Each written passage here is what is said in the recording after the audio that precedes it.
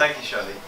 Now I want to tell you something about Shelley's mum, because the first time I met her, she was playing table tennis, because we brought into the FED, to Heathlands Village, this table tennis machine that spews out balls. And she's got a brilliant forehand. I said, that's incredible. And she was apparently a fantastic table tennis player in her day, and she was still got a wicked forehand. It was really impressive. So I used to play table tennis, so I really appreciated it. And she's got a lovely voice as well. And it was very special. It was a residence. We do it twice a year, and the residents spend 6 months preparing for this. It's very special. And actually, when you come in and see it, what it actually does is I think it elevates the experience of living in a care home to beyond what you might ordinarily expect. It's very, very special, and I think it sort of lifts everybody's spirits, including those people who are working within the organisation, and particularly those people who are working within the organisation. So, you know, we're very appreciative of the work that Shelley's done. So when Shelley asked me to speak today, I was very happy to say yes, for that reason.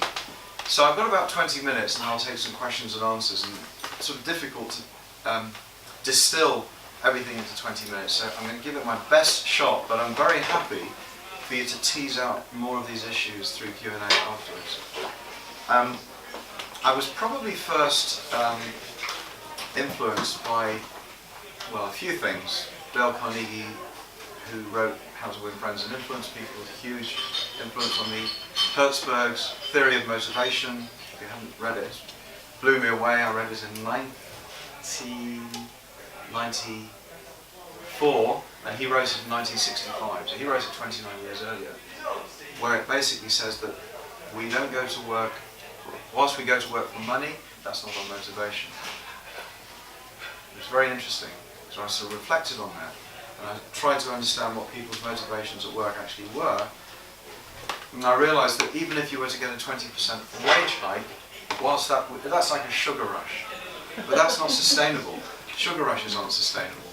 What gets you out of bed in the morning is something much, much deeper, much more fundamental.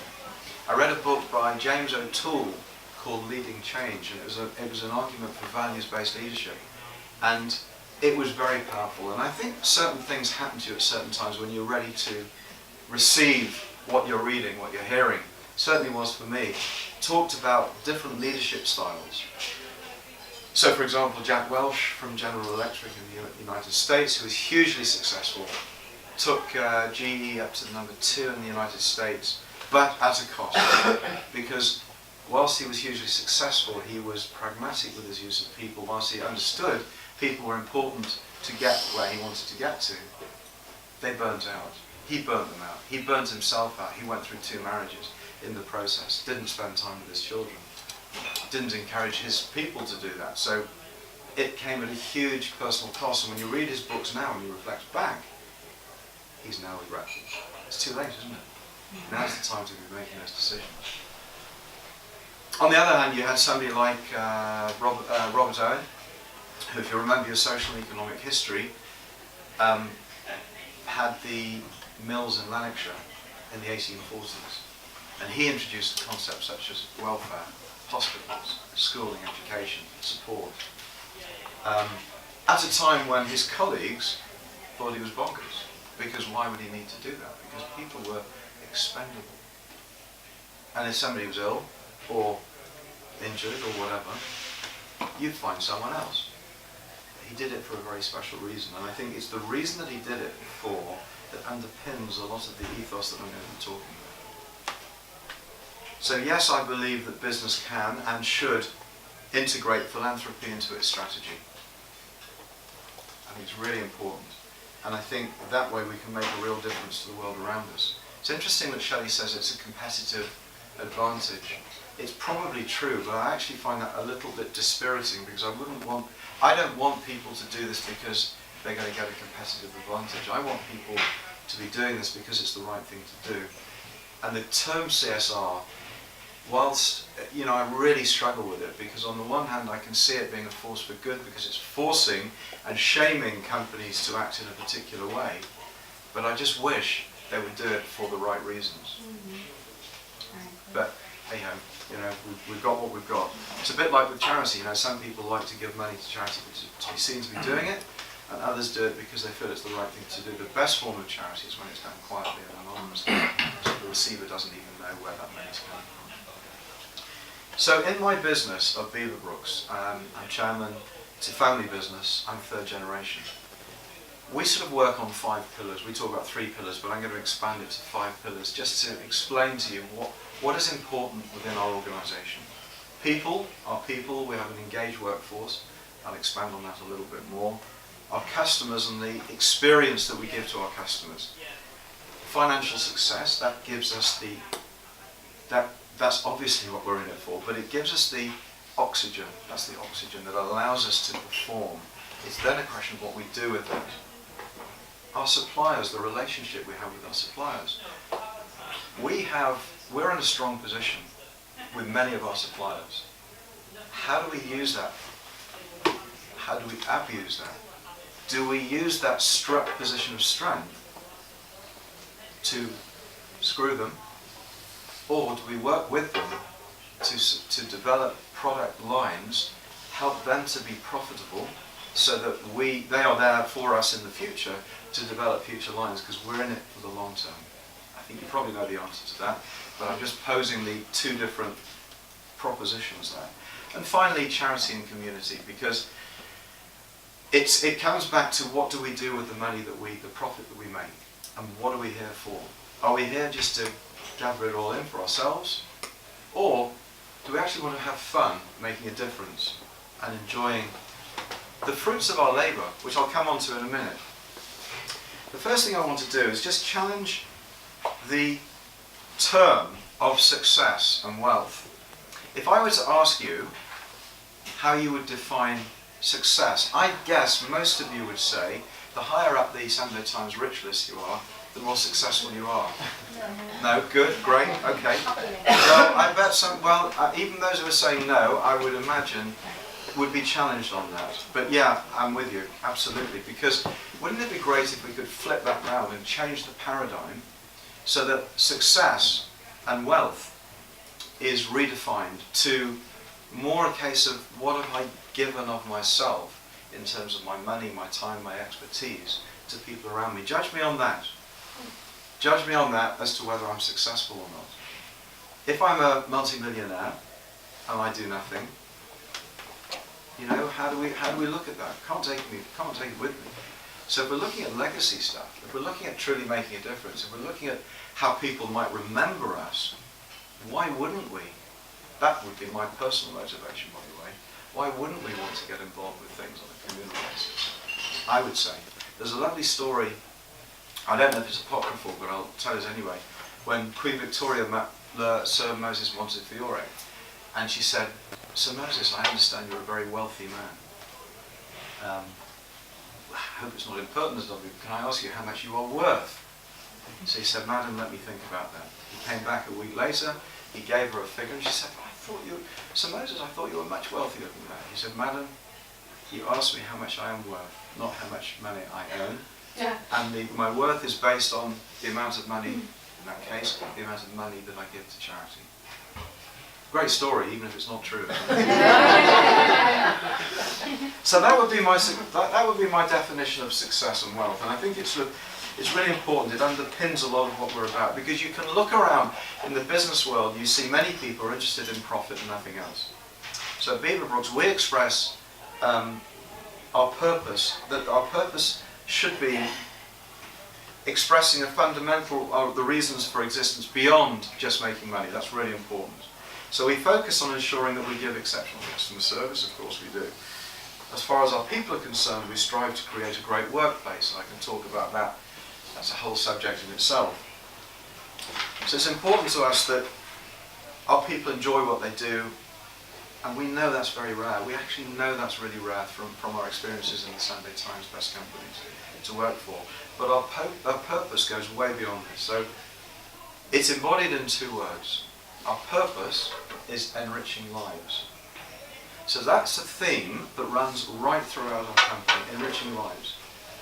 So you go into any Beaverbrooks store and test it, and just ask them, what does this enriching lives mean to you? Does it work in reality? Hopefully, you'll get a very positive answer, I hope. Did you really want to do that? At least it involves and says no. Well, no, because I absolutely want to know. Because for sure, if it's not the case, it would be a disaster, wouldn't it? Then everything I'm talking about is nonsense, and I think I'm doing something, I'm not actually achieving it. So yeah, of course I want to know. So our purpose is backed up by 5 key values: integrity, passion, caring, trust, and fairness. And those are and then we've got a series of behaviours, which I won't go into now, but about 16 behaviours. And they are like the guideline that we use within our organisation to set our rules. They're not rules, they're guidelines. They are the set of sort of almost self-help rules that we would refer to, just to check that we're behaving in the right way.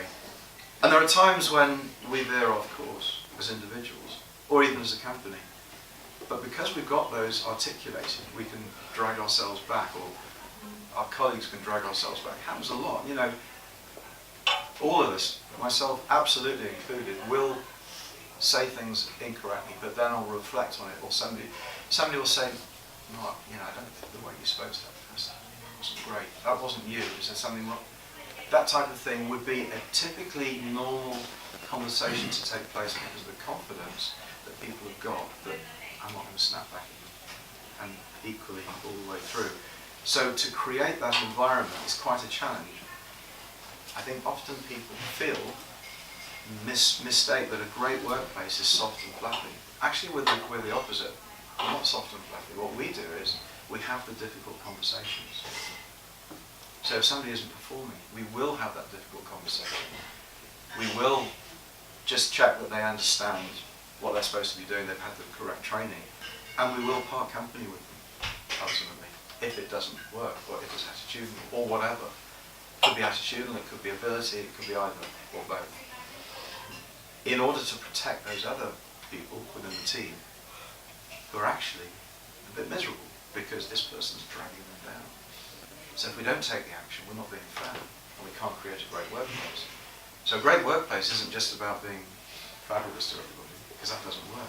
It's also about having the difficult conversations as well.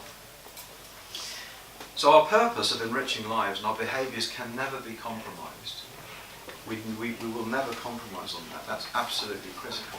Now, is that because we're a private family business? I don't know. If it's possible in a PLC, I haven't had experience of that. But I can only talk from my own experience and what I believe is the right way to go. I just want to talk a little bit about philanthropy as well here, or a lot actually, because it's a recognition of how fortunate we are. I talk a lot about luck, and if we're all to some extent lucky in education we've had, nurturing we've had, books we've read. We could have been born in a very different country, in a very different culture. And, how good are we really? Opportunity. Sometimes I think if we forget what a part luck plays in the success that we've had, that's not a great thing. And I think it's good to remind ourselves of that. And if we do remind ourselves of the luck that's played a part to get us to where we are, we're more likely to want to give back. We're more likely to want to give back. So at Beaverbrooks we've got a host of different events. We run a match funding scheme.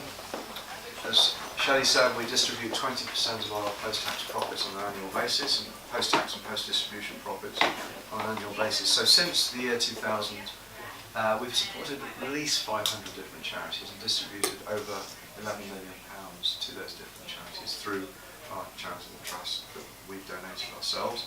In addition to which, we run various events, such as the Beaverbrooks 10K Fun Run in Blackpool on Blackpool Promenade, and a bike ride, and those over the last few years have probably raised a further £2 million. That's not from us, that's just what we've created.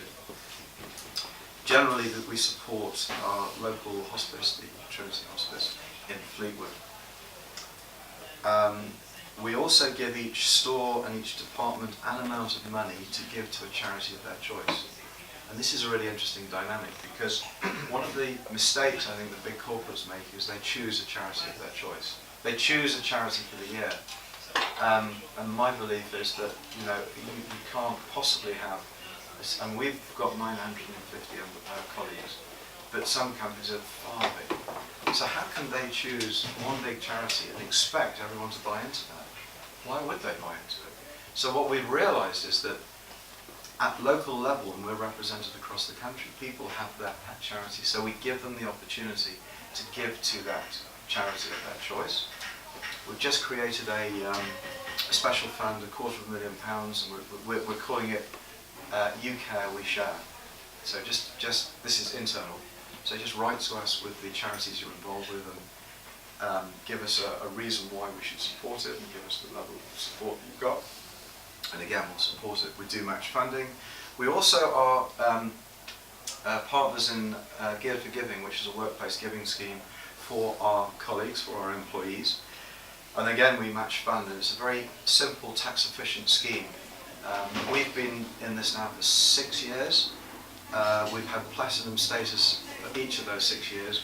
We have a take-up rate of 33% of our colleagues who actually give of their own money, and the national average is 6%. And the different awards are 10%, and 20% sort of tops out. Anything above 20% you get platinum, and 33%. And I've actually spoken a couple of times to small gatherings at the House of Lords, to bigger companies, bigger corporates about the concept. So we sort of promote that very strongly. The list of things that I'm involved with, organisations that I'm involved with that Shelley mentioned, is really, it's quite a broad spectrum.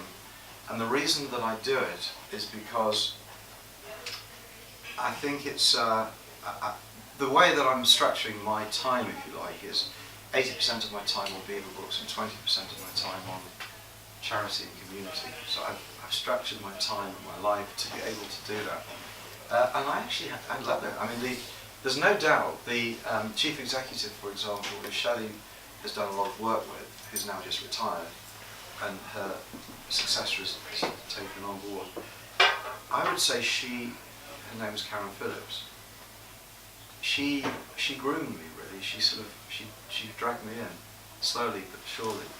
And I'm pleased she did, because I was ready for something, and I found it fascinating, because I knew nothing really about social welfare, social care. But what I did know about was organisational structure and team building and motivation. So the two of us together actually were quite we were a good pairing, and we've done some very good work together.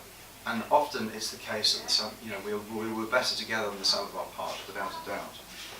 And what I also find, and I guess this is where there is the benefit that Shelley was talking about, that the skills, the different experiences and the skills that I learned working with Karen, working in that organisation, which in itself has 370 employees, so it's a big organisation in itself. I have no doubt have helped my personal development, which I've then taken back into Beaverbrooks. And it's like a virtuous circle. There's no question about that for me. So, and this is the point I want to make again. I think we do it because we believe it's the right thing to do, not because it's ticking a CSR box. We actually employ, within our 950 colleagues, one person who is specifically responsible for charity and community. That's her job. So that's how committed to that. And she will help people. We also give 2 days or 16 hours of paid time per year per person, or minimum, for people to go out into the workforce, into the world of charity and just support in whichever way they want. Now, even though we do that, not everybody, not every member of our team actually manages to do that. And we don't force it, but we encourage it. There was a time when I felt it might be a good thing to say, this is what we are, this is what we do, and this is our expectation. And that's true, But at the end of the day, what we've realised is we have to inspire people to want to do it rather than forcing them to want to do it. There's no doubt they are proud of the whole charitable thing, aspect of our company, but they don't necessarily join the dots and say, but I have to do something as well, necessarily. So even though it's so prevalent within our organisation, not everybody, there's a lot of work we still have to do, is what I'm basically saying. But, and this is the key, I think there's a real joy in giving. The active giving, whether it be money or time or expertise, brings a sense of personal happiness, there's no doubt about that, and a feeling of great contentment. It nourishes the soul. So, yeah, successful people would commit themselves, despite their very heavy business and personal schedules, to causes greater than themselves. And I think that's the key to community leadership and engagement. So it might just be wanting a sense of wanting to give back, put back, give of oneself, just not be one of life's takers. Not to be somebody who thinks it's somebody else's responsibility, but somebody who actually understands that the world works best when people work together to make the world better. And I actually believe very strongly that it's down to us to do that, not down to government. Government can help us, but ultimately it's down to us as business people to do that. We all work hard to earn a living, to look after our families, to provide for a future. And whilst that in itself is very rewarding, helping others is equally important. And you have fun doing it, really, it's great. And I would say, in my life, my greatest pleasures have come from being part of a group who make a difference to the world around them. Now, whether that be communally, mainly, not exclusively, the FED, talked about, or with my colleagues at Beaverbrooks, it definitely gives me a great sense of satisfaction. So my primary focus is the FED, as Shelley said, but not exclusively. I'm very excited that my first appointment as a Deputy Lieutenant is on the 27th of September in Manchester, where I'm going to be doing the citizenship ceremony, and it's really fabulous when I think back that my great-grandfather became a citizen of the United Kingdom 120 years ago. I've got his naturalisation papers in 1897, formerly of Russia. Came over in the 1880s, but it took him until then to actually become a citizen of the United Kingdom. And here I am, 120 years later, doing the same. Isn't that amazing? I think it's fantastic. I love it. But I'm also involved with other organisations, whether that be, there's a lot of charities that we support, but the ones that particularly I like would be Princess Trust, Fairbridge, Maggie's, which is connected to the Christie and the Christie itself. Blackpool Carers, we're very involved with the Blackpool Carers Association, Trinity Hospice, Rosemere in Preston, and the Central Manchester Fund, I never know what to call it, Central Manchester, the University Hospital NHS Trust, you know what I'm saying? That's beautifully named. They need to rebrand, I told you. But they're doing some great work, with the Children's Hospital, the eye hospital, and also the diabetes ward which is actually going to be built this year. So I think it's important, in my opinion, to spread the love. Not just be focused on, I heard the expression that it's actually better to give £1 100 times than to give £100 once. And the reason behind that is that it's the act of giving that's nourishing. So that's my philosophy, which I'm very happy to share with you, and I'm very happy to take any questions.